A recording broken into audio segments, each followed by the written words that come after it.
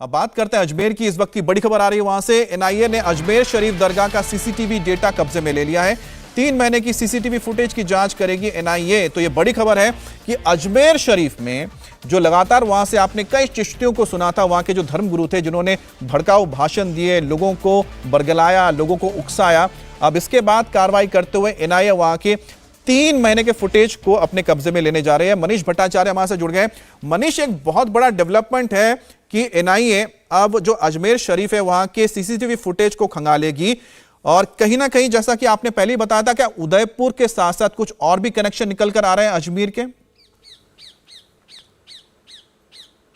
देखिए, बिल्कुल मैंने पहले भी कहा था कि उदयपुर के बाद अब एनआईए का केंद्र बिंदु अजमेर होगा। ठीक वैसा ही हो रहा है कि एनआईए ने दरगाह शरीफ के अंदर का जो सीसीटीवी फुटेज है वो पुलिस कंट्रोल रूम से दरगाह थाना जो है उससे कब्जे में लिया है।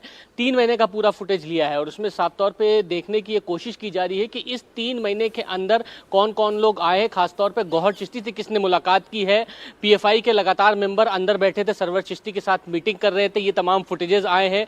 दूसरी बात ये, जो कन्हैया का गौहर चिश्ती से जो कनेक्शन, कन्हैया मर्डर का जो गौहर चिश्ती से जो कनेक्शन है, उसमें ये फुटेज खासतौर पर काम आएगा कि क्या रियाज और गौस गौहर चिश्ती से मिलने के लिए यहां पर आए थे, क्या दरगाह में मुलाकात की थी क्या, या गौहर चिश्ती से कौन मिलने के लिए आता था, उसका कन्हैया के मर्डर से क्या कनेक्शन है। और सबसे बड़ी बात ये कि पीएफआई के कौन कौन मेंबर थे जो दरगाह शरीफ के अंदर आते थे, क्योंकि तमाम ऐसे फुटेज हैं जिसमें सरवर चिश्ती, गौहर चिश्ती भी दिखे हैं और सरवर चिश्ती के साथ पीएफआई के तमाम लोग जो अंदर मीटिंग कर रहे थे, इन तमाम कनेक्शनों को खंगाला जाएगा। और ये माना जा रहा है कि अब गौहर चिश्ती को पकड़ने के लिए ही सबसे ज्यादा तैयारी की जा रही है, तभी ये तमाम खुलासे हो सकते हैं कि उदयपुर के कन्हैया लाल का जो मर्डर हुआ है उसमें गौहर चिश्ती का किस तरीके से कनेक्शन है। अच्छा, ये गौहर चिश्ती जो व्यक्ति है, इसके बारे में फिलहाल क्या जानकारी है? दूसरी बात है कि जो सरवर चिश्ती है लगातार ये भी तो पीएफआई और साथ ही साथ एसडीवीआई के लोगों के साथ कनेक्शन में रहे हैं और जैसा कि आपने एक रिपोर्ट भेजी थी कि वहां पर तो खादिम ने बताया था किस तरह से वहां बैठकर मीटिंग होती थी। देखिए, बिल्कुल देखिए, गौहर चिश्ती सरवर चिश्ती के भतीजे हैं और गौहर चिश्ती एक्टिव मेंबर है पीएफआई का भी और दावत इस्लाम से भी गौहर चिश्ती जुड़ा हुआ है। गौहर चिश्ती पहले भी सेंट्रल आईबी के रेडार पे था जिस वक्त ये वीडियो बना रहा था। सीआरपीएफ कैंप की जासूसी के मामले इसके ऊपर लगे हुए थे कि जासूसी कर रहा था। और उसके बाद जब कन्हैया लाल की जो हत्या हुई उसमें जिस तरीके से इसका तार सामने आया कि 17 जून को ये भाषण देने के बाद उदयपुर पहुंचा था, वहां पर रियाज और गौस से उसने मुलाकात की थी। उसके बाद से ही ये तमाम चीजें ढूंढने का प्रयास किया जा रहा था कि गौहर चिश्ती का रियाज और गौस से कनेक्शन क्या है।